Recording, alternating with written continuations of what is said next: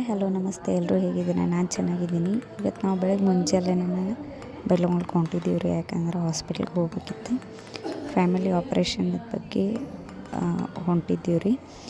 ನೋಡಿದ್ರೆ ಜನ ರೀ, ಪಾಪ ಫ್ರೀ ಬಸ್ ಮಾಡಿ ಯಾರಿಗೆ ಉಪಯೋಗ ಆಗೈತಿಲ್ಲ ಗೊತ್ತಿಲ್ಲ ರೀ. ಯಾರು ಸ್ಕೂಲ್ ಮಕ್ಳಿಗಂತೂ ಭಾಳ ಪ್ರಾಬ್ಲಮ್ ಆಗೈತಿ ನೋಡ್ರಿ. ಇಲ್ಲಿ ಹೆಂಗೆ ದೂಷಾಡ್ಕೊಂತ ಹತ್ತಾರೆ ಅಂತೇಳಿ ನಾವು ದೇವಳಾಪುರ ಬಸ್ ಹತ್ಕೊಂಡು ಹಾಸ್ಪಿಟಲ್ಗೆ ಬಂದೀವಿ ರೀ. ಇದು ಗೌರ್ಮೆಂಟ್ ಬೈಲಹೊಂಗಲ ಹಾಸ್ಪಿಟ್ಲ್. ಭಾಳ ಚಲೋ ಮಾಡ್ಯಾರ ಈ ಸಲ.